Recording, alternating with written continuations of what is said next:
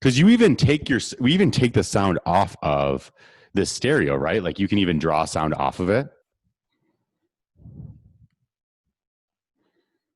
That's kind of nice. So there's a way that we can even try. I'll see which sound we even like better. We might be able to just draw straight from the stereo, and I'll just link it to our visual stuff here.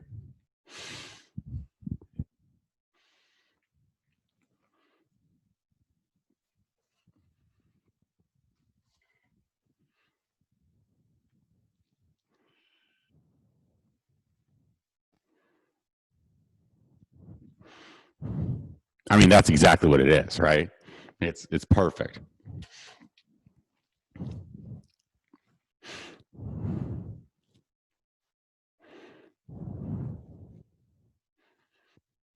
Yep.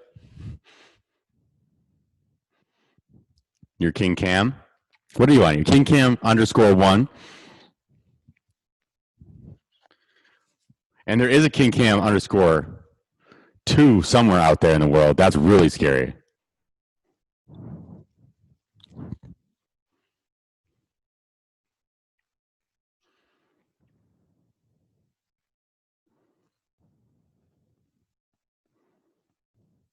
Unmute yourself really quick on our Zoom.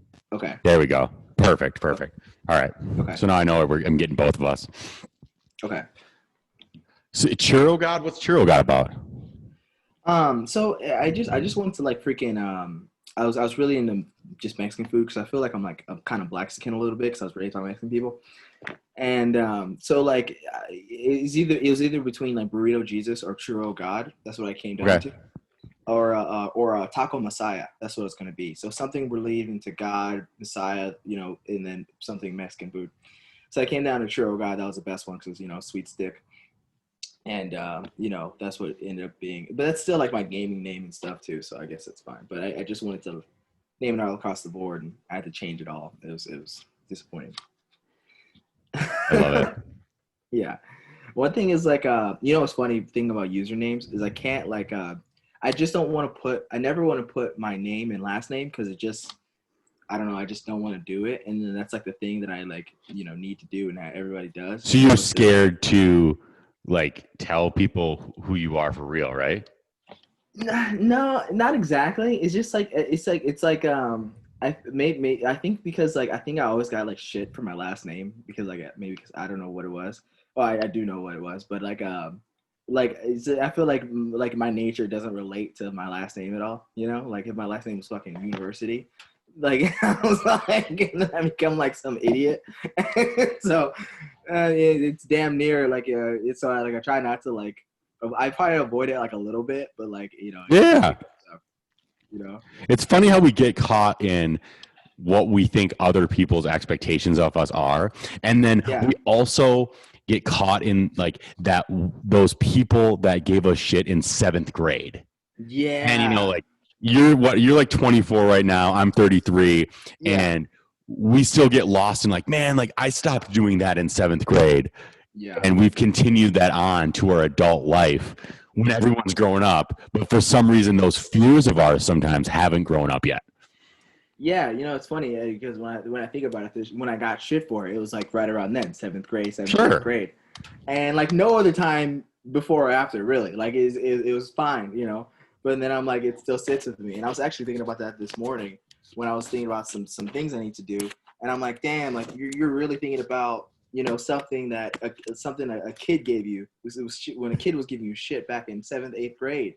Yeah, it's still coming up for you as a fear, and I'm like, wow, that's pretty wild, and it's really unnecessary. And why is that? it's like I remember when Peggy said that I shouldn't wear red, so I don't wear red anymore. I'm 33. That was when I was 12.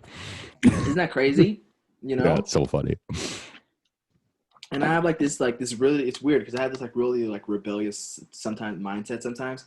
And like if someone says that to me, like I would like do the complete opposite just because that's and a lot of things like sometimes parents will tell you something and they're like you should do this and you should like handle this way, and then you're like, when you get older, you're like, fuck that, I'm gonna do it my way. And then like it sometimes you just kind of like you accept it and you're like, okay, I guess I will, you know. I think by the time you're like 30, you start really doing things the way that your parents expected you to do them. At 25, your eyes start to open and go like, whoa, like mom and dad really didn't have it wrong. Yeah. With some of the expectations of what life's all about. Yeah. But it takes us, there's still that rebellious edge for a while where you're like, nah, but I'm carving my own way. To a certain extent. It all starts to come full circle, I think, once you have like a few loved ones in your life, maybe like a girlfriend and stuff. You start seeing yourself slide into what you are, right? Like what your parents already had made you. Yeah. And I feel like I'm just starting to realize that about myself right now. There's certain things that I'm realizing that my dad always told me when I was younger, and it's all starting to make sense. Like he always told me never like go outside looking like a bum, right? And I didn't care for a while. Sometimes I still don't care. But then I realized, sure. I'm like, oh, you know, there's definitely a reason why you don't want to just go to the Walmart looking like a bum. Like there's like, because what if you do meet someone that like you kind of don't want to be looking like a bum right then, you know? Right. Yeah. Because we all have different expectations of what our life is going to be. We probably haven't met those yet. So, you know, you're an actor, you're waiting for those conversations. You're also in your mind a writer and a director, and you want to be able to like start feeding some of those thoughts into the world. You meet the right person, you're sitting in all sweats one day. They're going to be looking at you like, oh, Cam, are you a director? Are you an actor? Are you serious? You know? At least LA, I think, breaks down a few of those weird, what would we call them? Like stereotypes of what you think someone should look like, who is this or that. Yeah. Sadly, the LA suit right now is like that gray sweats, like the set. Yeah. That's like people are going to work in like gray sets right now. Yeah. I feel like the LA flex is like the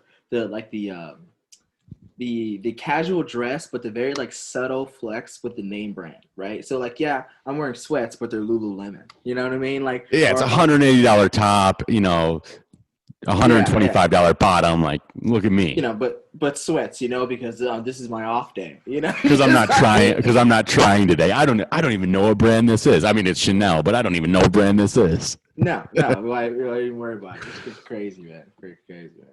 I just got the matching set. You know, the set looks nice. The sweatsuits when you just the hype beast. Yes. Okay, what color?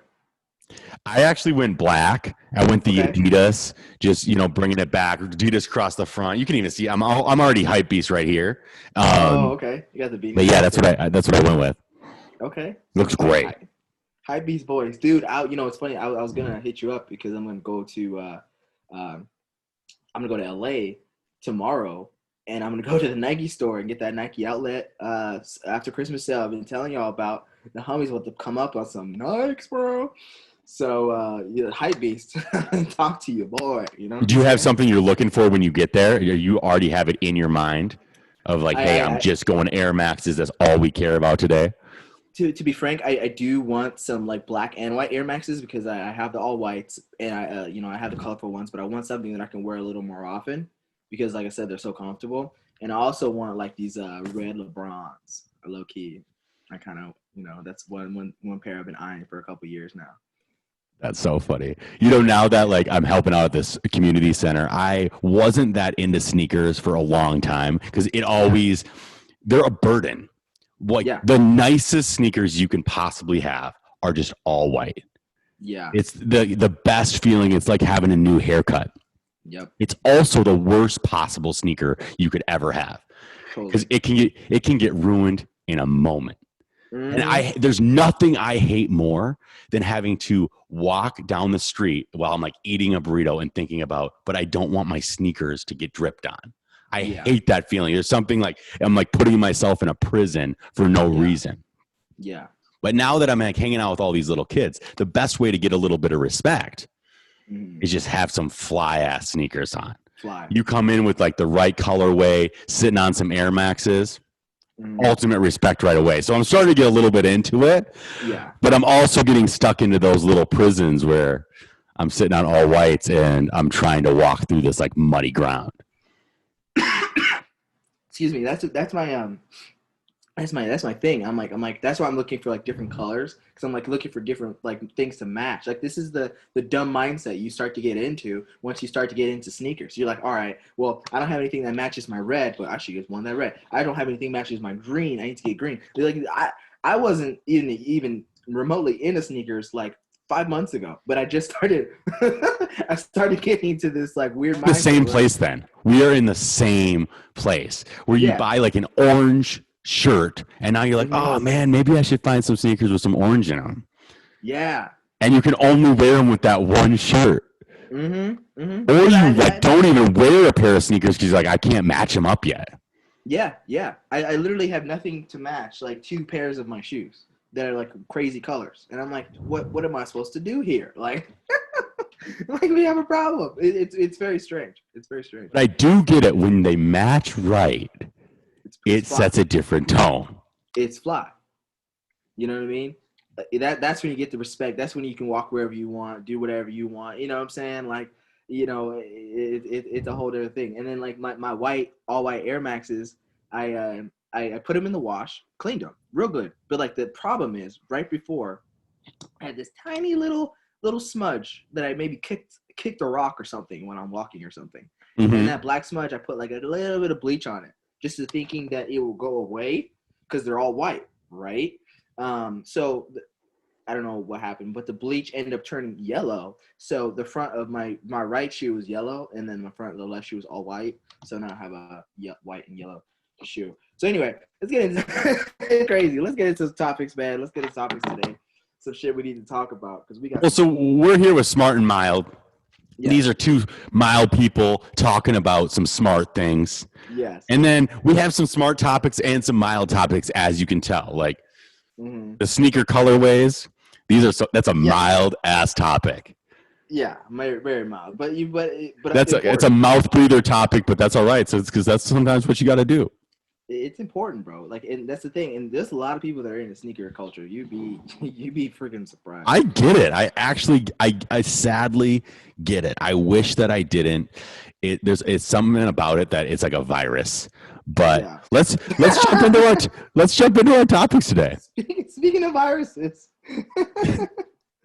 dude, freaking like a brand new virus. Like a brand new virus sweeping through America and through all the countries, stinging people left and right. You wouldn't be talking about COVID, are you? A little COVID action. Yo, I encountered COVID up close and personal.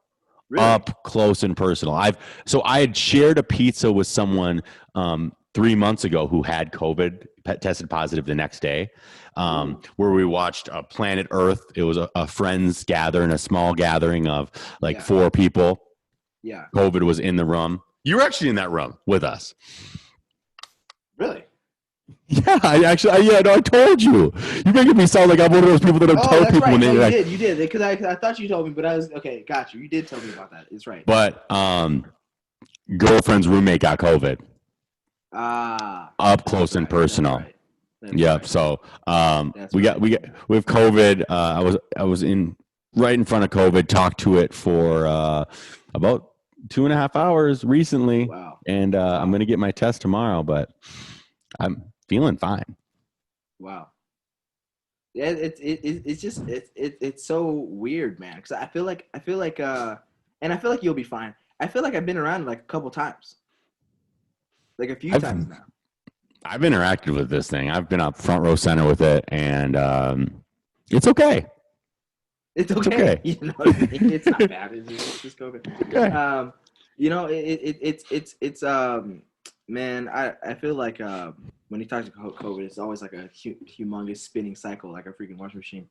But it's like you never know. It's so different per person. You know what I mean? Like you could have it, you could get symptoms a week later, or you may, not have it, not get symptoms and pass it on to somebody else. You know, it's so strange still. You know what I mean? And what's happening is there's new strands of COVID coming out. I don't know if you know this, but there's different types of strands of COVID. And this was they were talking that there's like the strand that came through Europe was different than like the strand that came directly from Asia. China, yeah. Obviously, everything came from China with this particular virus. Right, And right. It all funny came enough, from it, like but it a went lot of the through. viruses seem to come through there, but like the one that it kind of morphed that came through Europe. And now you're saying that there's even like another more waves So of this thing. yeah, from the story, it's still coming from China, like from the base of it is. But I guess like you're like it might they're unsure of where how it came and how it came through. But the more it transmits through people, the more it changes. So I guess that makes sense because it's basically going through someone's body and passing on to somebody else. And over time, it makes sense that it's going to mutate, right? Change a little bit, some degree, some way. And but they're not sure how, and the because of that, the vaccine that's now coming out might not be effective against all of the COVID. I'm so sick of that. Now it's like we have the vaccine and everybody's going to still have us locked down because there's new waves. When are people going to be willing to? When are we going to start discussing that? You know how malicious actors will, not Hollywood actors, but malicious people in the world will come out with computer viruses to shut down like Wells Fargo financial system, or just like all those computer viruses that we were used to before MacBooks. Yeah. Now I don't get computer viruses anymore, but before I had a Mac, I was getting computer viruses all the time. Right, me too, yeah. I feel like it's not being broadly discussed that this might be malicious. Yeah. Where maybe there are some coders that are coding in a virus for people that are having a lot of fun watching the whole system break down, just as if it was a computer system, but it's a human system. Well, I mean, dude, okay, let's play like full blown devil's advocate, right? And let's go there because it's interesting. Because let's just say it's from China. Let's just go full conspiracy here and say because they hate the U.S. because of the shit that's going down there, they're like, okay, how are we going to cause havoc without causing war with them, right? Let's kill off a couple of motherfuckers over there. What's going on with them? What, they're fat? What, they have a lot of underlying conditions, heart disease, diabetes, this, that, having all these stress issues. What if we can have something that can maybe attack that? What if we can make something that would just have the U.S. economy flip on its head because we're number 2 and we want to be number 1? What if you know what if we just want to make the president that has been making fun of us look like a total ass because we know we can't handle it? Wouldn't that be something that would be, to me, that's so plausible. And in the wrong room, some people would be like, you're a crazy person. You are an asshole. Yeah. You're getting in the way of the real narrative. And all I'm saying is nobody actually knows the real narrative. The only narrative I'm willing to jump on right now is the fact that the person that bit the bat didn't start this. No, because number one, they've been eating bats all the time in China. Like they've been doing that shit for a long ass time. Like it's like saying I will say the swine flu. It's actually a good example, but I don't think it's someone who ate the bat, dude. That's crazy. You know what I mean? It's like someone eating a bad pig here and then causing like the whole world to break down. Like we've been eating pigs this whole time. Yeah, but I'm starting to lean towards malicious. I'm sorry. Yeah. I'm starting to look at this and go, it just seems too perfect of a thing that it allows the American mentality to come off idiotic.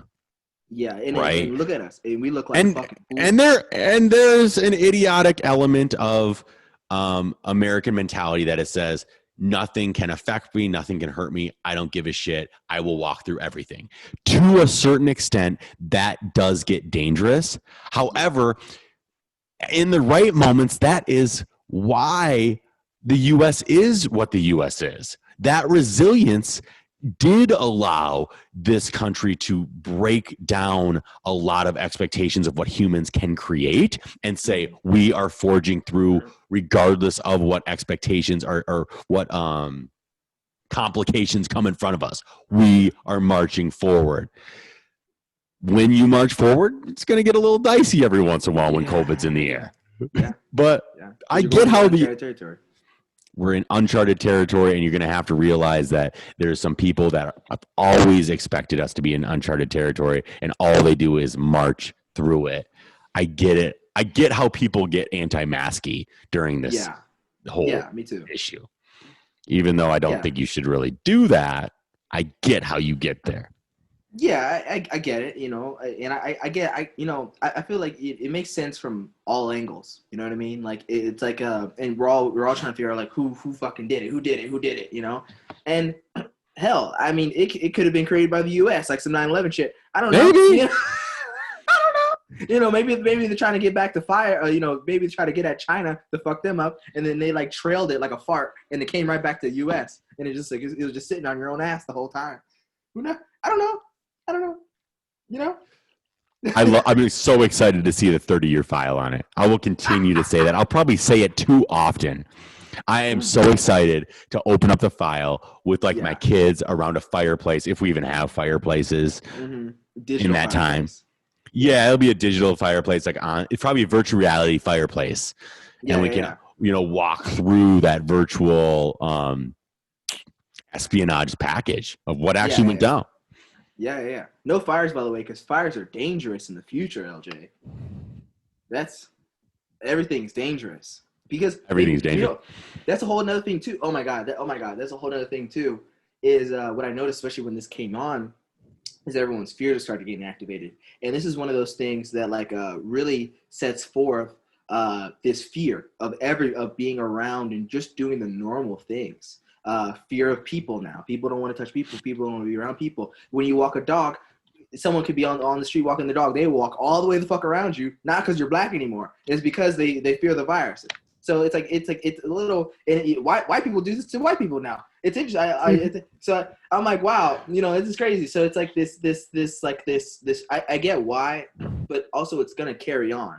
The fear is totally going to continue of being around other people. That's one. Then it's gonna be. You know, there's already fears of people meeting people online. There's already fears of meeting people in person. Now it's like fears of even coming close to you. You know what I mean? Oh, yeah. So it's like they've set this boundary up where we're willing to build our own fortress around ourselves now. Yeah. Even to the point where people are like, hey, I'm not doing Christmas with my family to protect my family. Yeah. I get it. Right. And there is elements of absolute truth of why you should do that.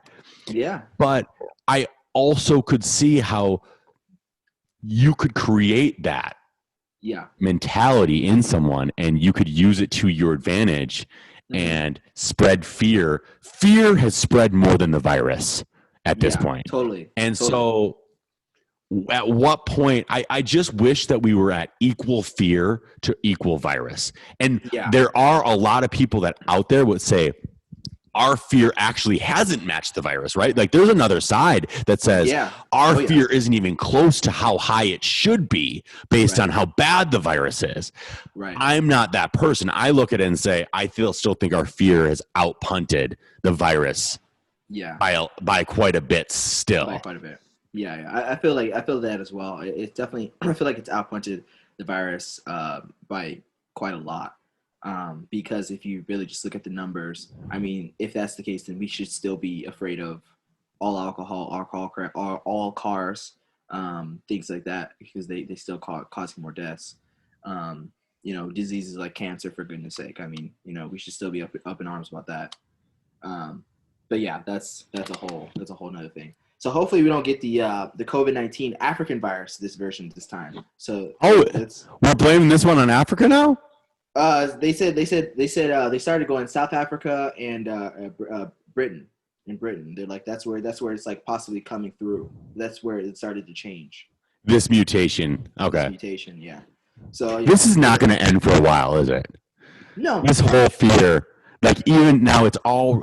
That's the whole thing. I think the vaccine's a good thing.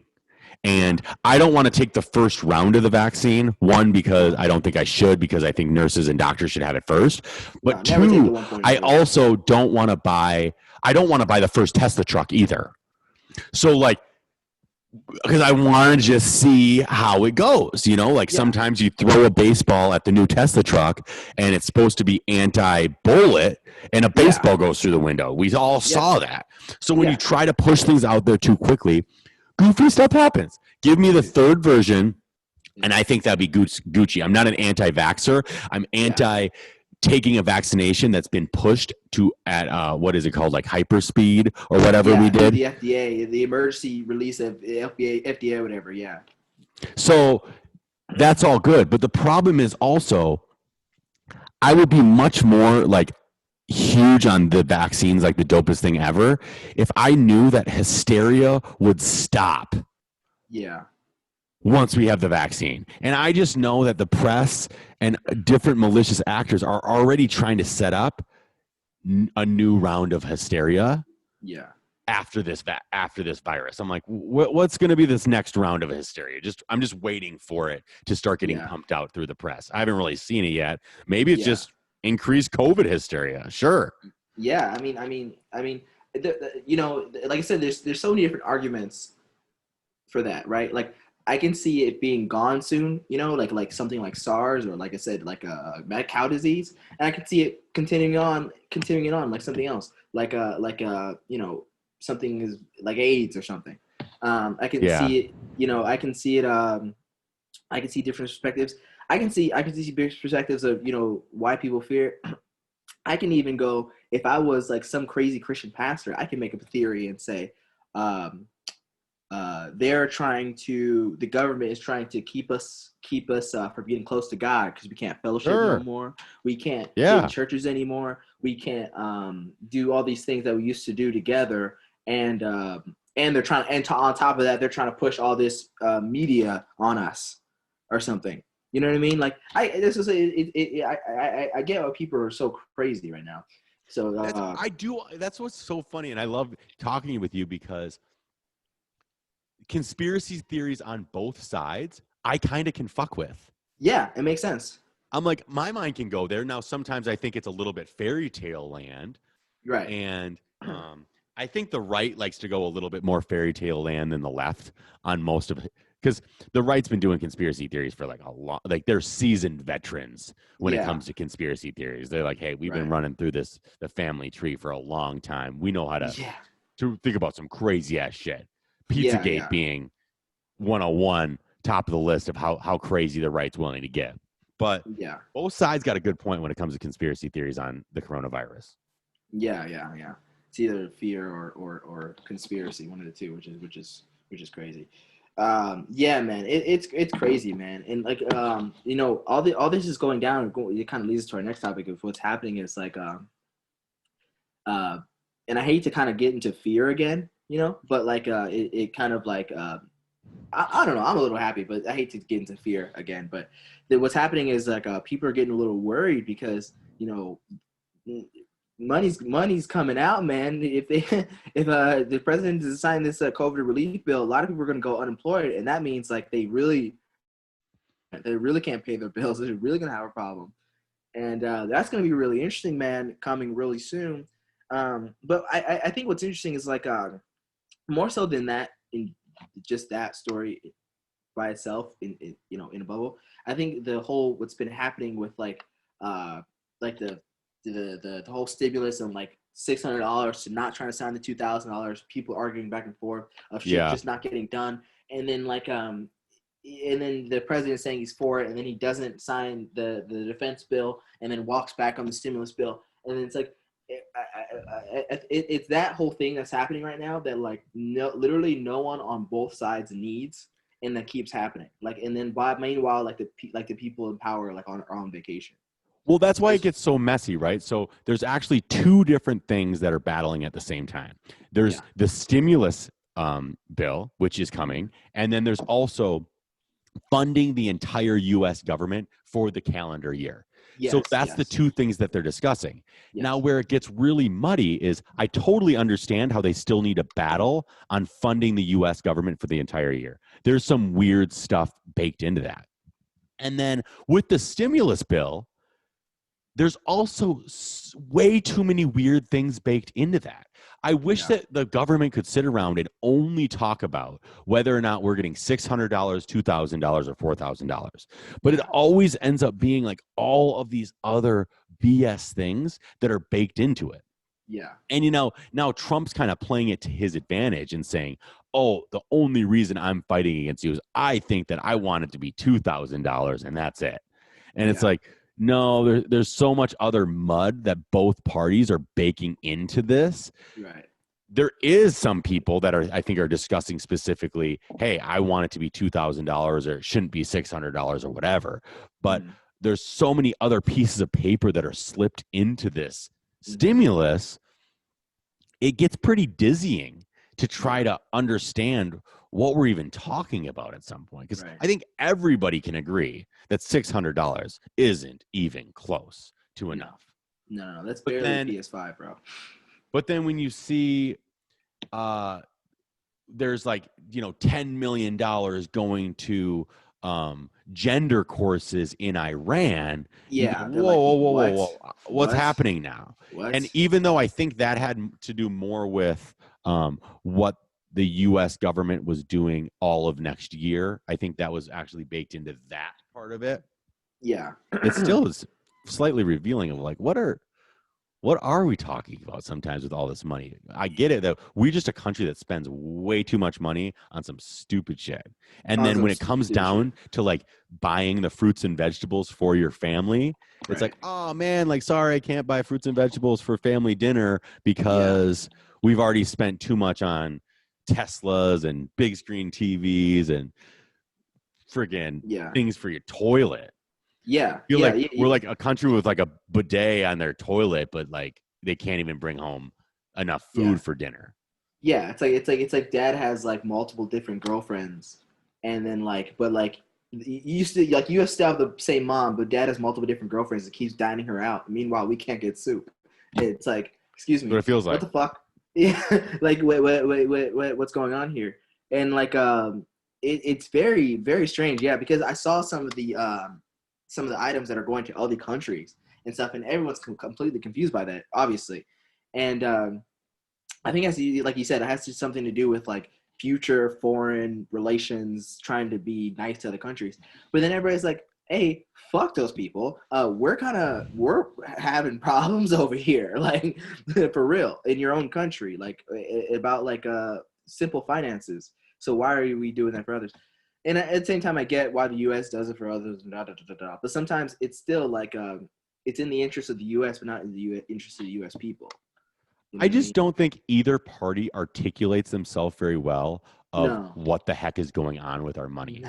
No, they're just like, they're probably some like babies arguing, and like it's like fuck. Right. Like, and they only go to the outlying elements of like, we all know about like this, gender lessons in Iran or whatever. One, they haven't even got into what that even means, but they just say that sounds stupid and everybody can mutually agree. Oh, what are we doing? Like, no party wants that because like the left is saying, America should never push on other countries' expectations and standards of living. We're supposed to stay out of everybody's shit. And then the Republicans are saying, we want our money to stay home. So on like that kind of stuff, we're like, oh, we shouldn't push American values on Iran. Right. That's what the left would say. And then the right saying we should never push money to Iran. So it's like both can go, yep, let's not do that. But nobody's able to just sit down and articulate, well, hey, we have an exorbitant amount of money that's going to a lot of places that aren't really helping us. Yeah. They're helping other people, which is good. We should all help other people. But I think we got to take care of, most people need like a $2,000 check right now in order to support their family. Yeah, totally. You know what I mean? Like I totally get it. You know what I mean? Especially what's happening now. Like I always think like,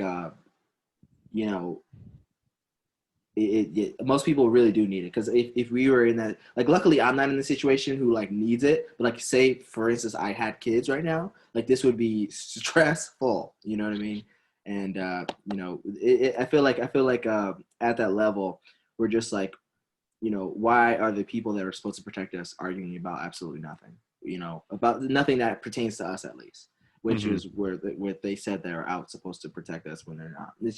It's almost like it's like saying it's like finally realizing your parents are hypocrites. You know what I mean? But people started to realize that a long time ago, especially during this pandemic. Myself included, I realized like this whole thing is just built on bullshit.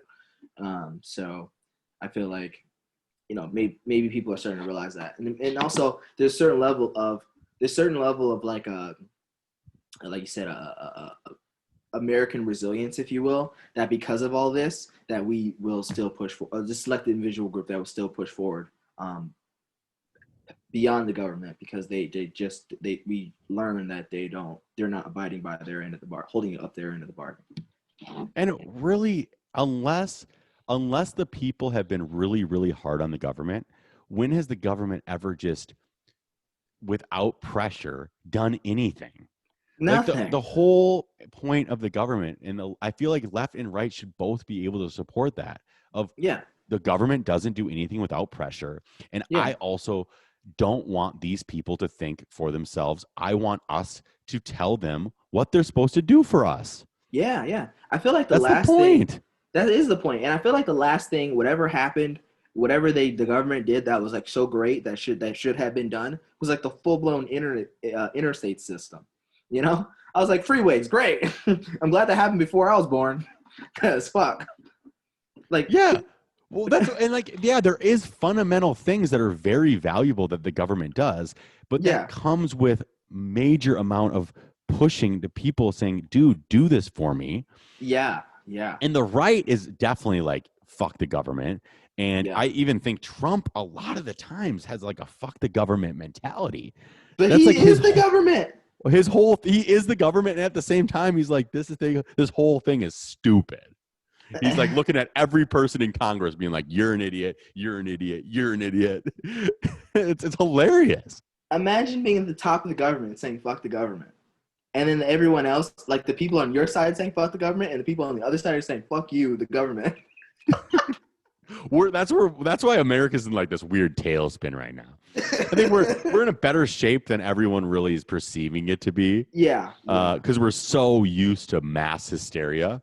We've been in 4 years of mass hysteria. Yeah. Totally. But we're living through it. Yeah, but at the same time, if you realize even if you look at other countries, they're actually going through their own mass hysteria bullshit too. Like, so we're actually because we set the tone. Yeah, people are forgetting that America does still set the tone, whether you like it or not. I'm not even saying that's necessarily a good thing. I want every single country to be able to set their own tone. Like, that's a good thing. Having, I think the diversity of nations and languages and cultures, like, that's beautiful. But for people not to realize or to be naive to the fact of saying like, well, America doesn't really set the tone for the world. It's like, dude, it does. Stop it. And freaking Canada's trying to gotta take the responsibility in that. While you do set the tone, like there's a responsibility that comes with that. And I do understand why people say that Trump doesn't take on that responsibility well. I completely agree with it. He kind of looks at it as he plays around with that responsibility way too often. But I don't also see anybody else that takes on their responsibility any better. No, you're so right. Like, I haven't seen anyone do it better. I mean, sure, not as of not as of now. And because like I said, the U.S. does set the tone. You saw right after Trump got elected, countries that weren't right started to go, lean into it. Like I said, Canada started to lean into the right hand side. UK basically went right, in their side of their version of the Republicans. So it's like other countries started electing government officials that are just like pure assholes. Like right after. Like it was like a Turkey and Brazil and this and all the shit's that happening immediately. We're like, whoa, everybody calm down. Like the whole world's getting ready to start throwing nukes like immediately. Right. That's where we kind of like set the tone. We're like, we're willing to vote in an asshole. And then when I say like, who does it better than Trump? People are throwing up in their mouth, right? They're going, every single president that's ever existed since.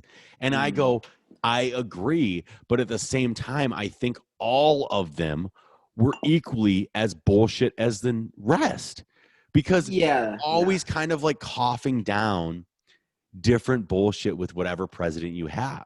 It's like, totally. Yeah, I totally think that Obama was much more respectful and much more, he has a better value system in place than Trump. Of course, like, Obama made America look better. He spoke presidentially. He's somebody to be revered.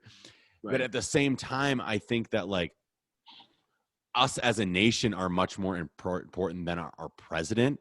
And there's like, when I think we just think our president's like leading the way and just leading the charge, regardless of us, we kind of get a little bit soft and we stop going to the gym. So when Obama's president, everyone goes, Obama's taking care of everything.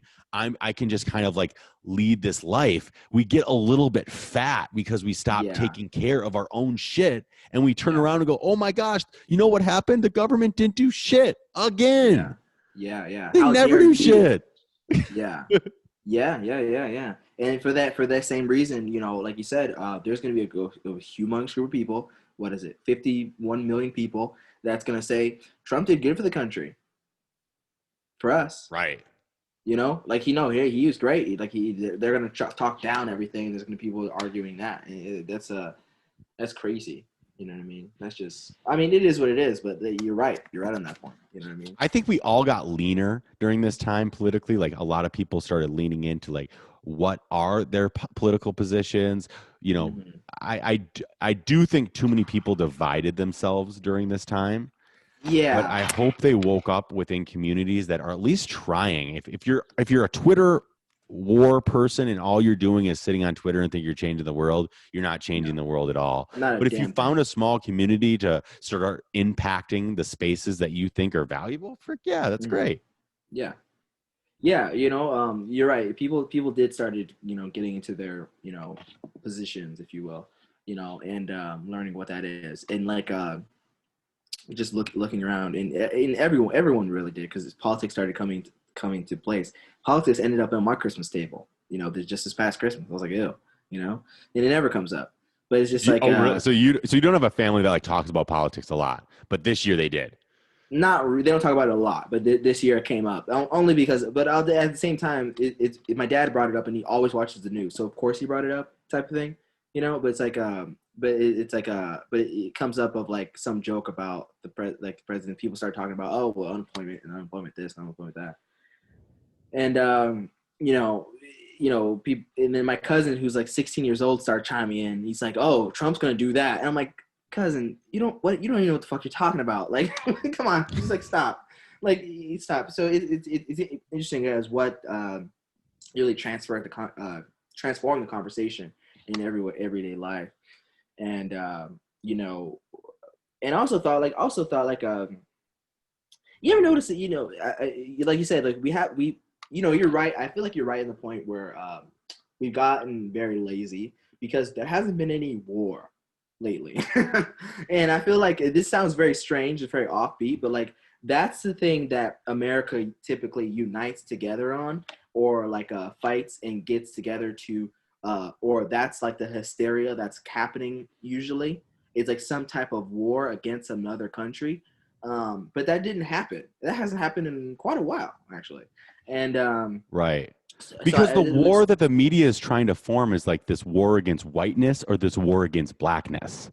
So there's no way to unify that. There's no unity in like, oh, we're fighting against whiteness or we're fighting against blackness. Like, because then me and you are sitting there like, what team you want? It's like, neither of that bullshit. Yeah, we're like, what are you talking about? Like, you know. It's like, no, that doesn't work. America's way too diverse for that war anymore. No, it's too stupid because, like, yeah, exactly. Me and you and Kyle and Jamal are having the same conversation, and we're just like, dog, like, me and you skateboard together. What are you talking about? Like, so it's like, you know, and that's why they're trying to get it to like these political party wars, you know, because you know they know it's getting tired, you know, and then they notice that they point the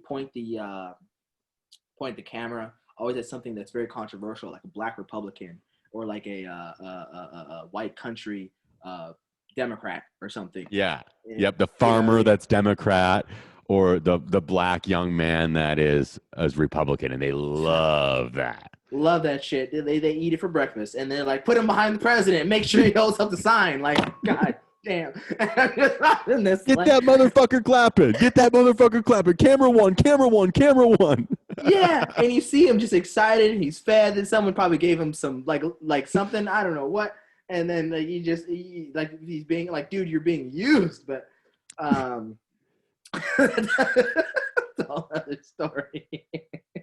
It's a whole other story. You know, So talk about funny. people getting used for their agenda. I don't know, man. Something else was going on to the story today that I sent you, but like we've been talking about depressing stories. I kind of want to move on to something a little happier. Well, let's talk happier. Let's talk about that bombing in Nashville. Yeah. Boom, boom. You know, Sparky, boom, boom. Did you No see? one died, right? No one died. So it's a happy story. You're talking. You thought it was depressing. It's a happy story. Yeah, you know, it's a happy story. What he did is he landscaped some trees. That's what he did for free. You know what I mean? And he cleaned up the streets by I don't know, I don't even know where I'm going with that. Clean up the streets, clean up the trees, and now they're gonna have brand new trees in that area because that's all the shit that he knocked down for like a whole block. I was expecting that to be some like crazy kid from California that just recently moved to Nashville over COVID. No. Ends up being a guy that's lived in Nashville his entire life, just chilling. But this is one of those classic things where I think he I think a screw got loose, and he decided to make some bombs and just like blow up the street. But I also don't think he wanted to kill anybody. No. Wait, I guess what he did is he rolled up to like the AT&T building over there and just like parked his car there and blew that bitch up at like 6 a.m. in the morning. And I don't know. They don't know why. They don't know what. Like they're just like, why did you do that? There is no why and what. This is just a crazy guy that lost a little marbles during the Christmas season.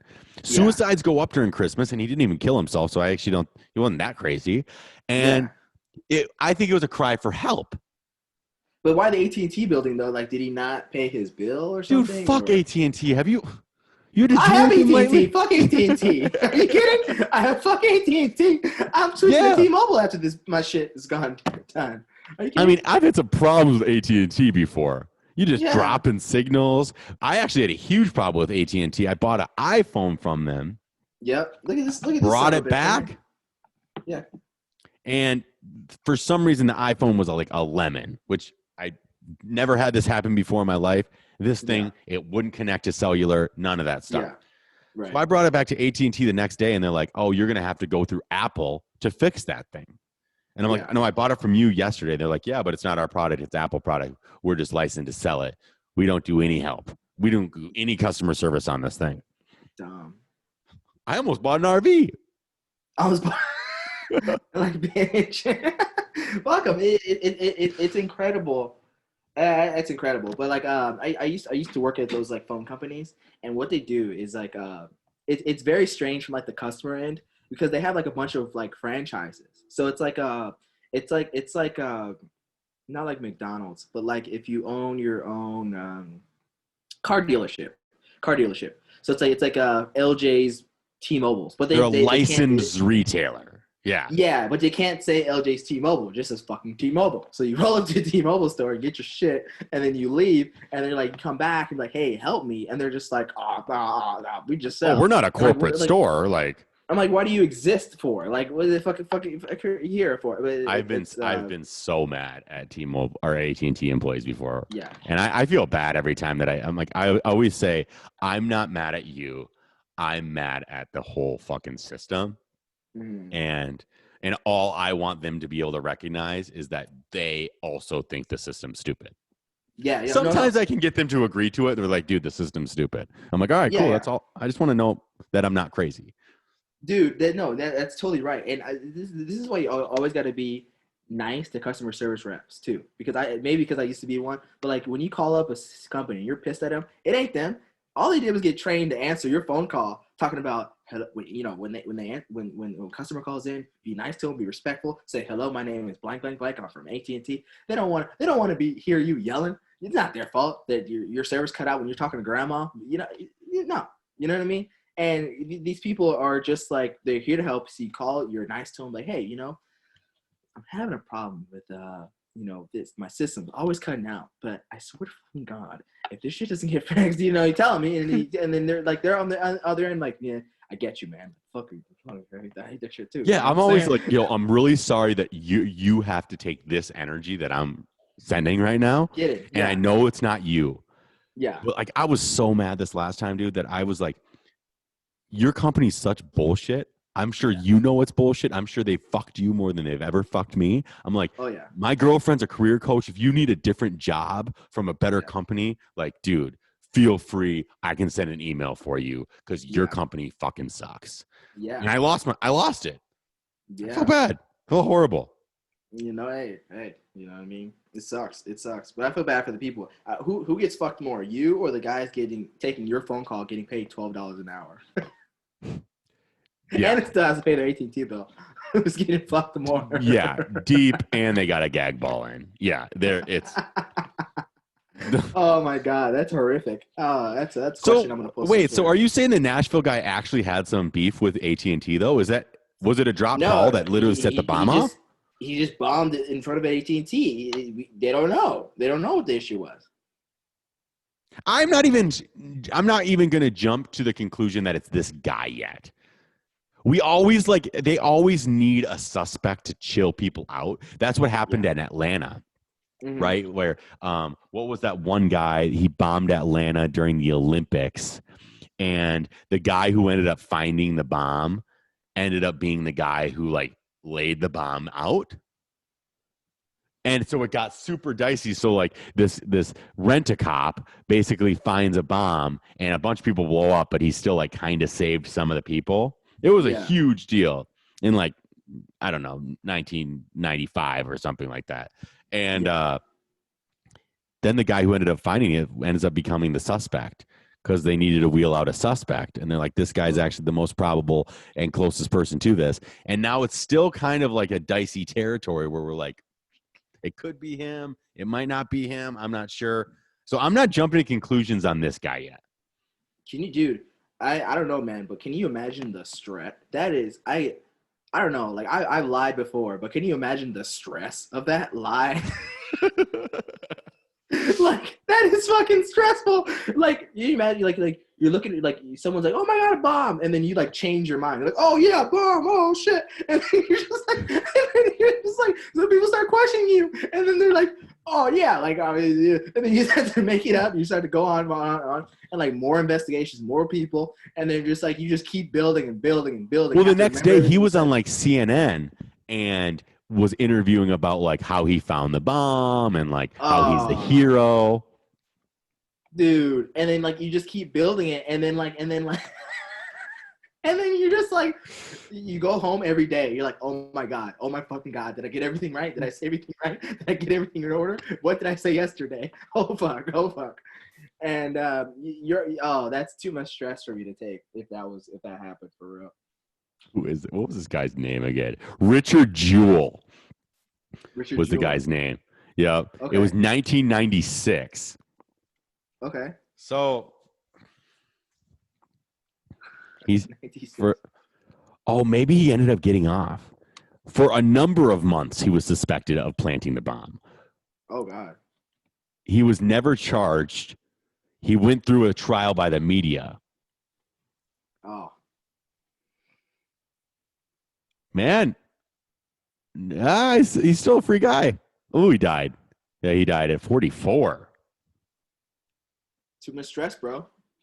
Stress is real. It's hard to eat that big of a lie, right?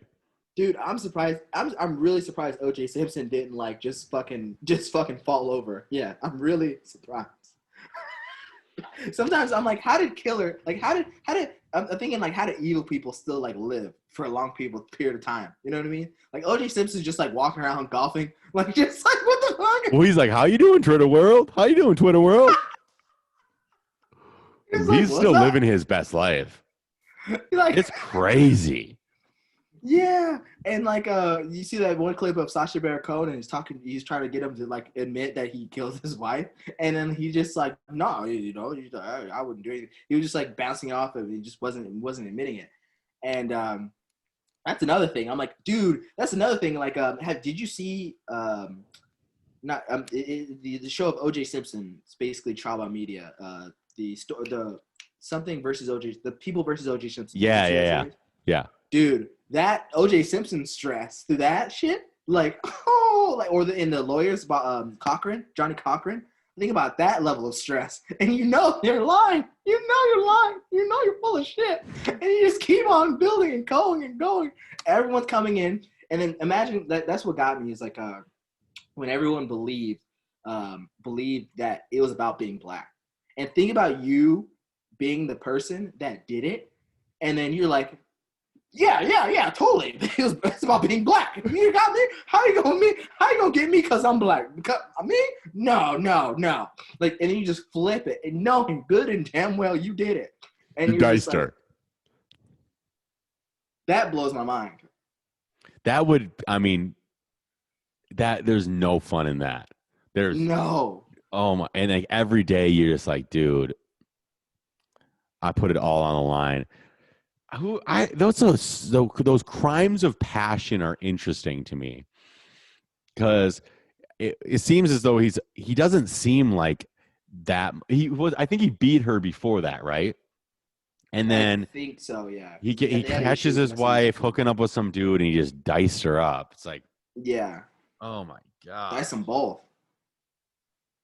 Disgusting, man. But yeah, that's fucking gross. And he's living with it though. He's living with it. He's like, hello, Twitter world. Hello, Twitter. Yeah, the same thing I get with like drug dealers and shit like that, like long-lived drug dealers that are still like walking around to this day. It's just like fucking killed like 40, 50, 100 people, and they're just like walking around just like, godly. That's a whole other thing, man. Let's talk football, man. I'm done talking about killers and people getting COVID and I hear you. People blowing up. Let's talk about football, man. The playoffs are happening as we speak.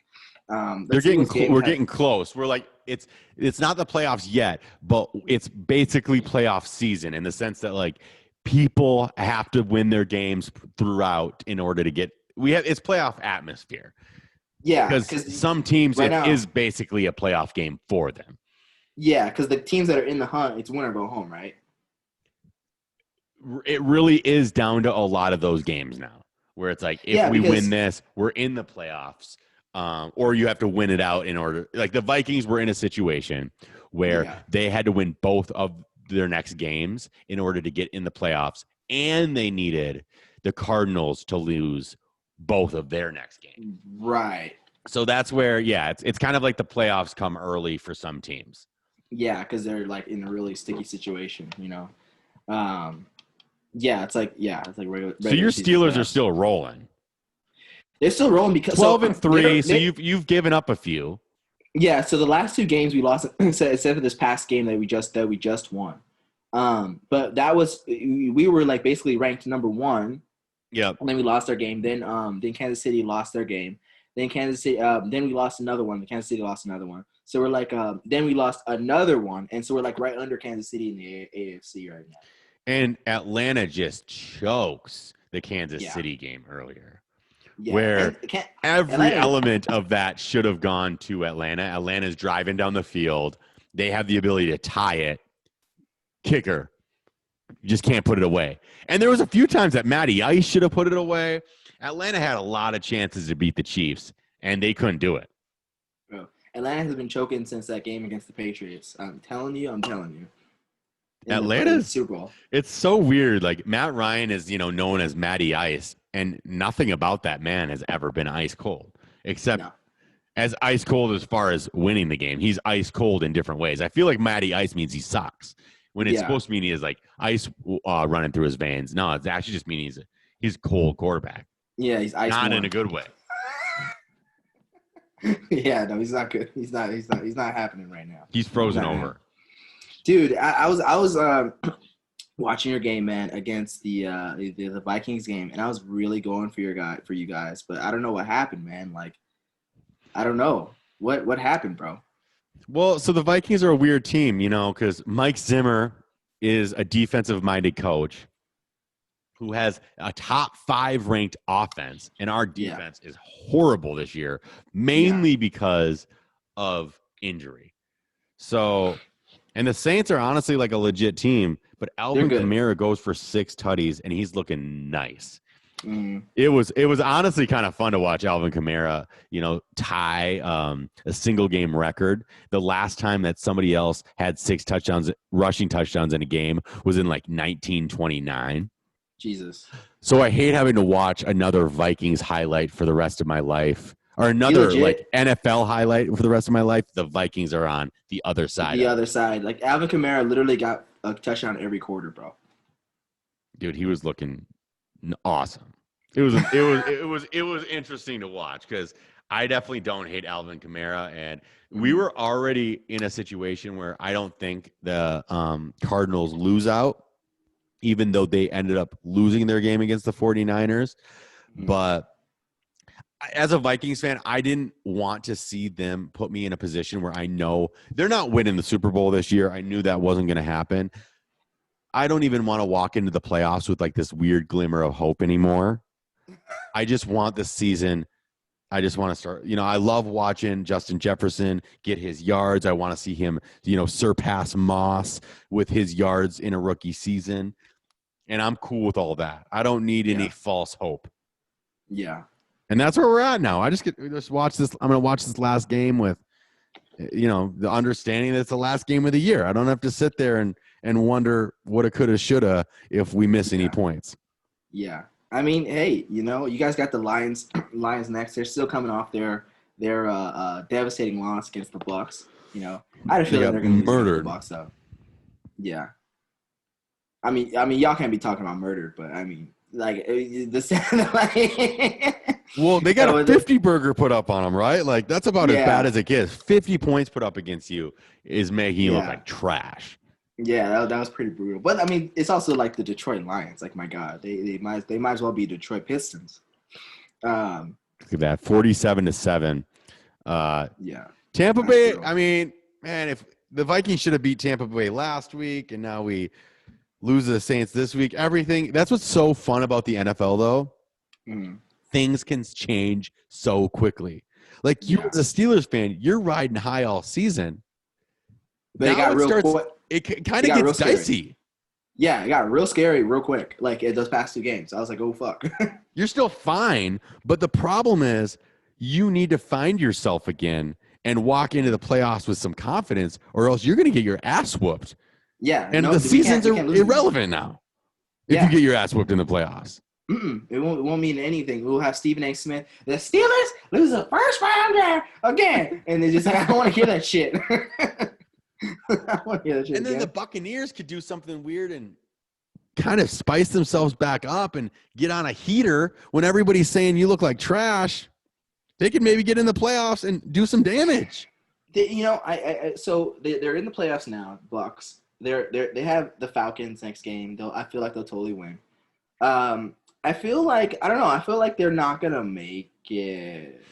I'm a look. I'm a huge Saints fan going into this playoffs, Yeah, and then I think KC is dangerous. yeah. And, Um, and NFC, you thinking New Orleans is gonna take NFC? well, I do want to see how Rams and Seahawks end Yeah, because both of those teams I think have some legs to be able to yeah. make some things happen. Seahawks more than the Rams, I think I'm thinking Seahawks. Me too. can really push it all the way through. Yeah, So I would if I were to bet right now, I think it ends up being Seahawks versus the Chiefs in the Super Bowl. I can see Um, it. I can see it. that's where I'd probably put my money. I know that where are the Packers at with their The Packers are number one in NFC, so I was like, don't sleep on the Packers. yeah, but I get it. I get it. I hate the Packers, so I would Me too. never like say that I think they're going to get in, even though they Yeah. absolutely have a chance. Yeah. I feel like the Packers just should be eliminated from the NFL just for being an old ass buck ass team. Like I they just hate Aaron Rodgers, and he's a very good quarterback. yeah. I cannot stand him as a person. I don't hate him as a Yeah. quarterback. I don't like him as a person. Yeah, I get it. I get it. That's kind of worse, but I get it, you know. Um you know. Yeah, I mean Kansas City, I mean the Steelers, I mean so it's funny because what's crazy though, team who's came up is the Buffalo Bills. I was actually been really surprised about their season this year. And my cuz, shout out to cuz, Tremaine Edmonds is leading, and he made the Pro Bowl for the first year. Okay, And damn, he's fucking good. And him with the defense are beast in the Buffalo over there. that's crazy. And the Buffalo Bills are really good Like too. this is a cousin, or what does this cuz mean? This is my grandpa's brother's. No, my grandpa's brother's daughter, so cousin. It's cousin. Like their cousin, like one step up slightly cousin. Yeah. On the side, yeah. So like it would be like my mom's equivalent cousin, but like I'm one step down. All right. Yeah. That's real. Yeah. So like second cousin or something like that, but that's a cousin. Yeah, I mean, I'm not sure how that goes, but yeah, something like that. You can't marry their kids, so it's a cousin. No, Jesus. So yeah, no, they're good. But Buffalo Bills have the Ravens, So I mean, that's gonna be a tough game. I mean, that's gonna be a really interesting game actually. Buffalo Bills versus Ravens. But like Steelers, Browns, they should sweep them. They should handle Bills. that. Tennessee Titans versus Dolphins. I feel like Titans will win, but Titans get into the mix with either the Ravens. Bills are playing the Patriots tomorrow. Oh, are they? No. Bills. That's for that's for the last game of the season. But the Bills are already in, and the Patriots are already. Oh, you're saying in the playoffs? Got it. Yeah. Like for the playoffs, that's their first game. Yeah. That's how bad the Vikings have been. Where I'm like, I'm not even sitting. You have such a good team that you're starting to check the playoff bracket out. We were just trying to get in. Yeah. We were. Yeah. Whoever teams are still trying to get in right now. Rams, and then Washington football versus Tampa Bay. Tampa Bay should handle that. New Orleans Saints should obviously handle the Chicago Bears. But I feel like Tennessee Titans is one of those teams that just that won't really do anything, but it's just like a sting. Like it's gonna fuck up somebody's day. Mm-hmm. Over in the AFC. They can do damage, but I don't think they're gonna do anything. Yeah, I don't think they'll do anything either, But I feel like I say, they'll fuck up somebody's day. A guy when I went to my school was over on that team, Dane Cruikshank. Shout out Dane Cruikshank. He's cool, good player. But yeah, man. Are you into basketball at all? A little bit. Timberwolves actually look kind of nice right now. Yeah, so they're it's obviously early in the season. So yeah, I mean, I get to watch T-Wolves versus Lakers tonight, so that'll be sick. Yeah, that's right. LA Lakers, your boys over here. You know what I'm saying? So we should handle that. We should clap that up real quick in Minnesota. I don't know. Minnesota's looks good. It's interesting. I haven't watched really, really good Minnesota basketball since high school with Kevin Garnett. And that was unbelievable watching him do what he did. He's my favorite T-Wolf of all time. Yeah, me too. And then what was tough about being a T-Wolf fan is Ricky Rubio made being a T-Wolf fan really, really tough for a while. Because the whole Ricky Rubio, Kevin Love thing, for some reason, I didn't like both of those players. I get it that Kevin Love went and did his thing in Cleveland and he got his championships. It wasn't fun to have him on our team. And then this whole Wiggins and Towns and who did we bring up from? We brought up Derrick Rose, but when we brought Jimmy Butler up, I had a full renewed fandom ready as a T-Wolf fan, being like, "Oh, we have the mix," and they just couldn't get along.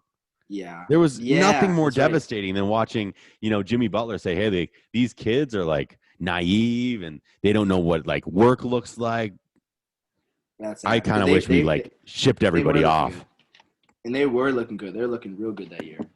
Yeah, and then he goes and like totally competes for a championship, and we have to watch that. Yeah. Man, Minnesota. I mean, you guys will. Have your day eventually. I'm sorry, man. I mean, I wish the best for Minnesota sports. You know what I'm saying? I don't know how's the hockey team's doing, but the basketball and football teams are. I hope you guys have your day soon. It's maybe tonight. If we beat the Lakers tonight, I think we're a championship team. Because I have some Minnesota friends like yourself, and I'm just like, man, I want y'all to be happy at some point. When it comes to your sports. Now, I'm gonna follow the Timberwolves closer this year than I usually have followed them. I think we have something. The tough thing about basketball is you really have to. I can't follow any team religiously unless they're good. Yeah. I can't waste 82 games on like the product that the Timberwolves have been spitting out the last few years. You just, dude, no. I have more exciting life than that. No, the games are too often. It's tough to keep up to sometimes.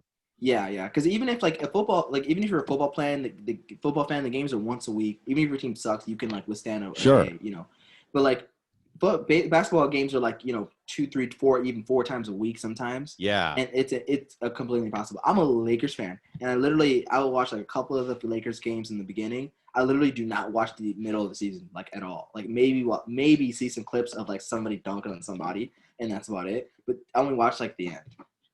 Okay. I watched a lot of Warriors basketball when I lived up there for 3 years. Mm-hmm, so 3 years ago, I lived in San Francisco for 3 years. And that was fun because on my walk home, there was a few different sports bars that had like, the outside patio, and people would just kind of lean up against it. And you'd watch. They were such a second half team that they would always be like down by 15. And then they would put up like 30 points in the third quarter alone. Yeah. That was a fun team where you could just kind of tune into the second half and watch a whooping. But that was the only years that I really like would watch a lot of basketball.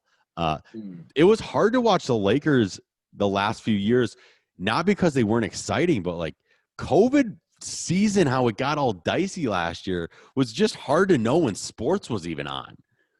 Yeah, that was a little weird, when with sports and because some games were canceled and some games were, people weren't. It was very strange to say the least. But the beginning of the NBA season was definitely a real slow pickup, and it was weird that people started talking shit. Like they were just like, "Oh, NBA ratings are low in COVID because of Black Lives." People started saying because of Black Lives Matter was imprinted on the court. It was like, no, right. because I have been watching it because like shit's weird right now.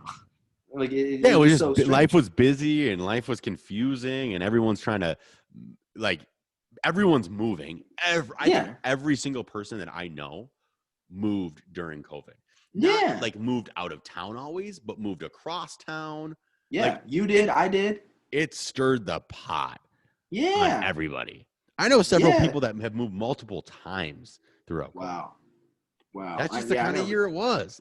And for me, like, I moved too, where it was just hard to keep track of sports. Sports just didn't matter, and they only have just started to matter again. Yeah, exactly. Now I'm ready for them. Now I'm like, dude, political season's done. Like, I'm willing to just watch some sports for a bit. Yeah, like for us as LA people in LA, we're very grateful and spoiled and lucky because the Lakers, after the passing of Kobe, obviously that happened right when COVID started, so that was like a whole thing, and then towards the very end, where us Lakers winning the championship was like really good for LA. I feel like if you live in the city of a team that's have even relative success, it's really fun to live in the city of. You know what I mean? But COVID totally stole a great sports season from the Dodgers and Lakers. Totally. I am a sports fanatic, and you think it was hard to watch the Lakers. It was 10 times harder to watch the Dodgers. Oh my God. Because baseball's a sport for me. It's a pregame sport. You go to the stadium, have a dog, eat watch the game, not even through. I'm not even the type of baseball fan that stays through the ninth inning all the time. Sometimes I will if it's a close game, Right. but if it's a bad game, you go out. You just go out, have some fun. Baseball is hard to watch on TV for me, and it's hard. It's very hard to watch on TV. It was hard to keep up to even the World Series. It was hard to keep up. Like, wait, are they playing tonight or was that last night? And then they win, and there was parades and stuff, but it didn't feel like championship energy in the air. And maybe that's because I'm a transplant, but I didn't feel that in LA where everybody was buzzing. Yeah, it was happening. People were excited, but it was like muted. You know what I mean? Like it was because like I went to the Lakers celebration and it was like a bunch of cars honking outside, and then like literally like everyone was like there outside. People that are actually like there walking around. The fucking cops came, started shooting everybody with like rubber bullets and smoking shit.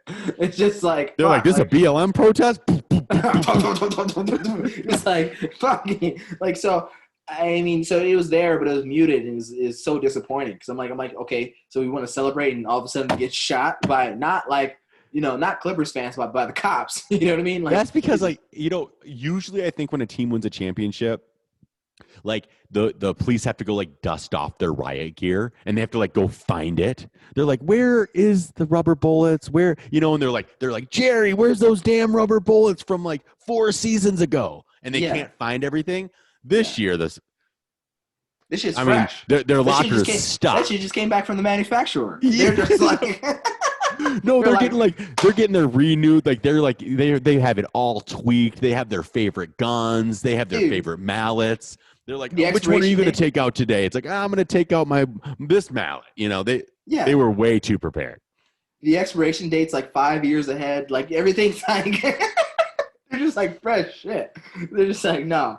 And it's amazing how much shooting, the amount of I wonder how much rubber in general the LAPD uses now that I'm thinking about it. Like in terms of tires of them just skirting their wheels trying to chase motherfuckers. And like how like cop cars do this stupid thing where they're just like they just like make a U-turn in a shopping center and then turn on the lights and then skirt off like, and but then they just go through the light and then they actually turn the lights off. And then they turn the lights off. And they slow down like regular speed, like fucking idiots. And then they're shooting people and then doing it with rubber bullets. Like I wonder how much. I just thought about that. How much rubber they're using. But that's interesting to say the least. But yeah, they had that shit fresh and ready to go, which was interesting. But people really love their teams, especially in the city that they live in. And it was a shame that this year we couldn't celebrate it. Hopefully, we do it again, so maybe we can celebrate in person. But does Anthony Davis? How much longer does he have in his contract? Is this a contract year for him, or he extended it? He just extended it for I think another. I think he's set to be on the team for 5 years now. 5 years from now. Okay. Yeah. So I think he said it just happen? Yeah, it just happened like less than a month ago. Okay. Yeah. So Anthony Davis just stayed on. LeBron James just extended his contract. KCP just extended his contract. Kyle Kuzma just extended his contract by a little bit. So they got the pieces. Yeah, we got the pieces. Taylor Horton Tucker, which is from college, from a good college. Apparently, he's like set to be like one of the best players. Like he's set to be like a new Kobe Bryant or some shit, which we have. Who else? We got. You lost Danny Green. We lost. Fuck Danny Green. Why? No, because he almost lost us the championship. Like no, he wasn't doing well for us. Our championship games. He wasn't doing well enough and well at all during our championship games. So like when we needed him most, he was just missing shots, just absolutely missing it. And the game, like it was like game 5 when like literally it was like the game winner. Like, and he's been missing games all game. LeBron passes it wide open, shoots it, bricks it. And like we lost the game because of that. And we were in fear. LeBron's had shit for luck with like closers on his team. I mean, obviously he had Ray Allen back in the day, which is, that's the best lights out closer of all time. Yeah. But like, I feel like since Ray Allen, he's never had a guy that he can just like be like, finish. Rely on. No, because and everyone was crazy that like even all these commentators, and I always mention Stephen A. Smith because he's like the number one guy, start giving LeBron James shit for not closing him out himself. I'm like, dude was getting double coverage, like triple coverage by him, like in trying to get the ball by himself. Pass to an open man. Danny Green shoots it, misses it, and everyone gives LeBron James shit. And I'm like, dude, I like we get that he's the king, but like my God, like you can't. What are you supposed to do with like fucking triple coverage with an open man? And if a guy's wide open in the corner, you throw him the ball. That's how the game works. And and then he's a pro athlete who you're throwing it to. Yeah. Person who's seasoned, been in these games throughout their entire career. Mind you, the only reason why Danny Green is on the fucking Lakers is because he's a 3-point shooter. Like the only reason why we drafted him is for that he's shot. A 3-point wide open shooter. Only reason for that shot specifically. Because he was doing it in Golden State. Everyone was happy. We're like, whoa. Get him. He comes in the Lakers. I guess I do remember Danny Green missing these shots. Yeah. I didn't realize it was such a sore subject though for Lakers fans. It is a very sore subject to the Lakers organization. And we got rid of Danny Green with pride. We're like, fuck Danny Green. We're like, no, we're not interested. So we got some good players back anyway. We got Montrezl Harrell from the Clippers. Anybody we could take from the Clippers, yay. And then we got our guy. But that's the B squad of LA. Like it's the cheap courtside seats. You know, it's all these like the only reason you'd be a Clippers fan is if you think it's funny. Yeah, because you want to be a rebel or some BS. You're just like haha. Like I'm gonna be funny. I'm gonna be a Clippers fan. Yeah, be a Lakers fan. You know what gets me though, and I think what's really smart on the Lakers or on the Clippers, and what it came to light on me when I came to the center was what Clippers and Steve Ballmer and them started doing is they're like, okay, no one's Clippers fans here, so we're just gonna start advertising to the kids. We're gonna give the kids something, and they started doing heavy marketing to kids, and they got them.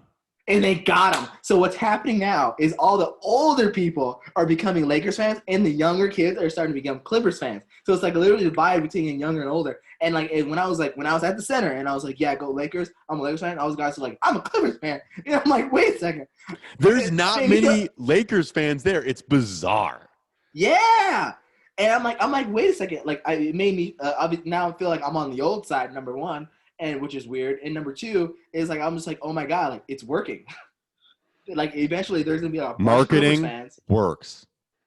There's gonna be a bunch of Clippers fans, and there's gonna be a full blown divide in LA between Lakers, old Lakers fans, and then new Clippers fans. Yeah, but the thing that will always be the case is that if you are the best athlete in the NBA, you want to be a Laker. Yes. Yeah. Regardless, it doesn't like even if those kids grew up as Clippers fans, once they got into the league, I still think they're like, it's my contract year. I'm going free agency. Yeah. I'm gonna be a Laker. You want to be a Laker. Yeah. Just like I wouldn't be surprised if, say Bill Belichick keeps coaching for 20 years, and I wouldn't be surprised if everyone was like, I want to play for the Patriots because of Bill Belichick. Sure. Yeah. Sure. You know what I mean? It makes sense. Or Pete Carroll even for the Seahawks. You know what I mean? Like, well, like the Lakers they are NBA culture, and the Knicks they would be that, but they've been so bad for so long. They've actually somehow like fumbled a gold mine of a franchise. The only thing that the Knicks have is market share. Like you just know you can sell a lot of jerseys, right? Like you're like and you a young kid who wants to live in New York, but it's really the New York name. It's just the New York name. Yeah, the city keeps it respectful, but the Knicks, man, like they could be great. It's just not it. Yeah, the Lakers are the brand name of the NBA. There's nothing even close.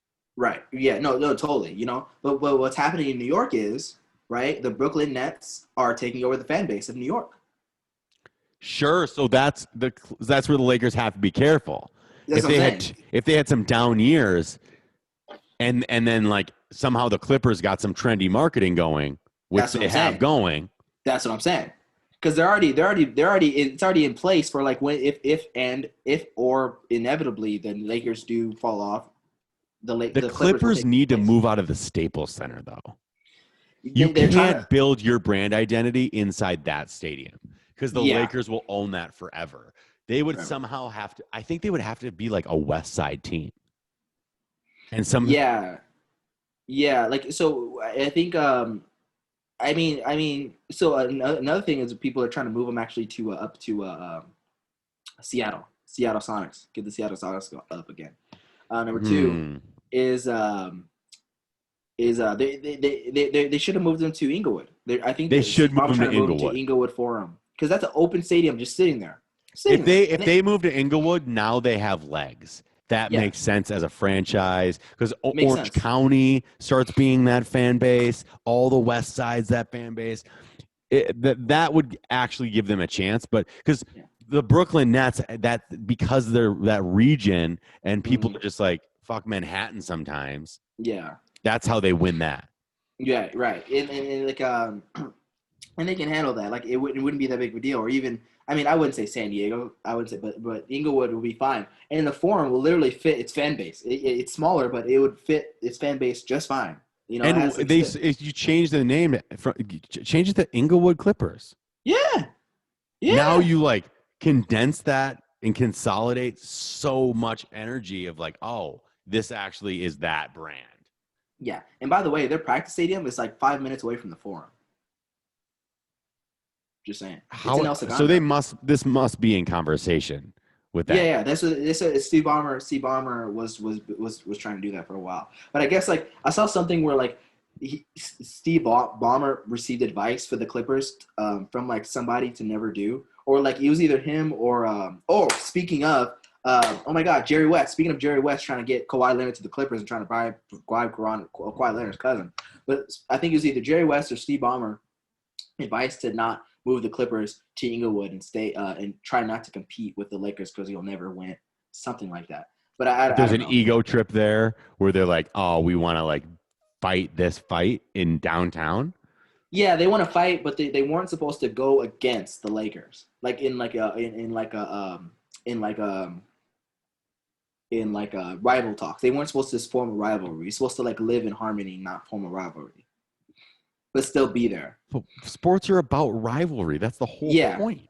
yeah, exactly. I don't even know who the advice was from. It doesn't even make sense. Whatever. But anyway, fucking Jerry West was like he got caught up trying to give I guess the cousin of Kawhi Leonard says that Jerry West didn't pay him like a couple $1 million to get Kawhi Leonard on the Clippers, which was interesting. And I thought that was from the very beginning. Kawhi Leonard, I was like Kawhi Leonard and Paul George. How the fuck did that happen? Had to be some bullshit happening there.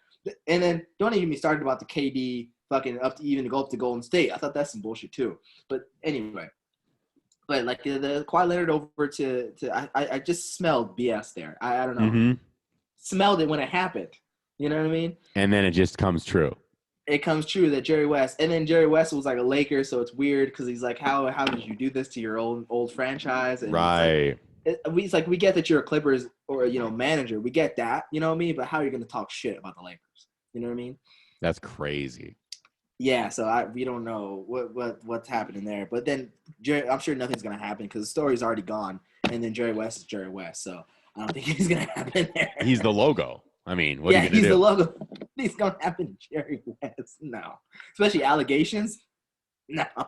My God. No. No. So, it's interesting. Yeah, man. So, I mean, we talked about a couple of things, a couple of smart things, a couple of mild things.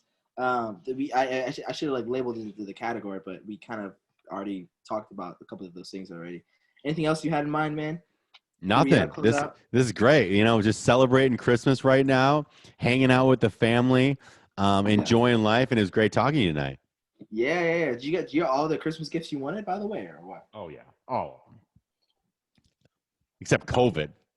Except COVID. Yeah, that's important. Yeah. I would honestly love to get COVID and just get it over with. Personally, I know that's crazy to say. Yeah.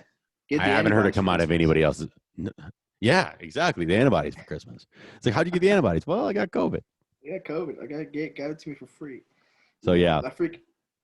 Freaking like I'm realizing I'm getting old, but I'm not mad at it. Like by the gifts I'm getting, you know, I got a socks, cologne, and socks are big. I got socks and cologne. Those are the best gifts you could give a dude.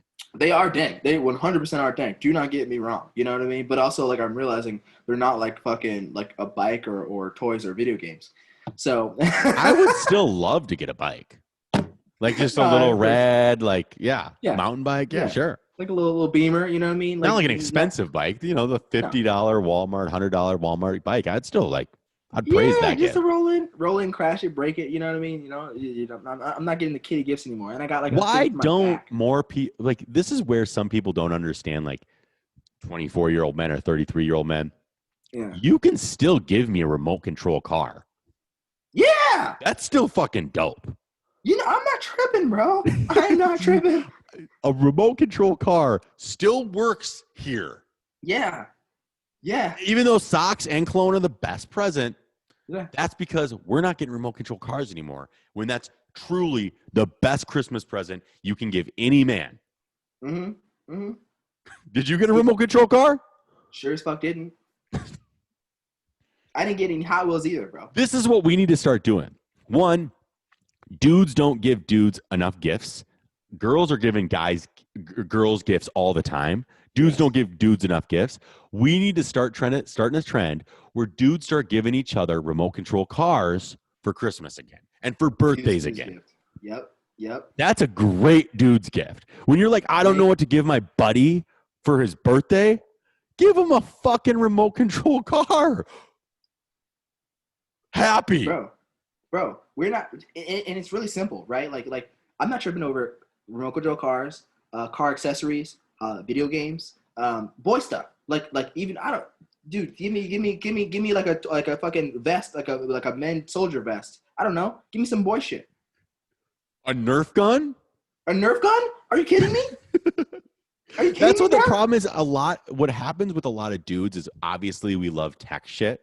So the best gift you could give any guy right now, hands down, is a PlayStation 5. Like, don't get that confused. That if you did that for like your dude, like you're one of the greatest people ever. Yeah. But all of our stuff has gotten so expensive. It feels really out of reach, I think, to be able to give a guy something. And so we need to help people get back down into like, don't forget about the other. There's $25 items that would light our world up. Yeah, but bro, if my girl gave me like a fucking Star Wars Lego set, I would be fucking pimping. I would be pimping it out like she might as well give me a PS5. I'd be loving her just the same or more. So I'm like, why are you doing that? We're not voicing this though. I haven't seen this in the media airways. Because the media is trying to suppress us. That's what's going on. Remote control cars, Lego sets, Nerf guns. Right. I think I can at least speak for every man under the age of 40, and I would imagine it doesn't turn off. No, it really doesn't. Don't stop giving us remote control cars.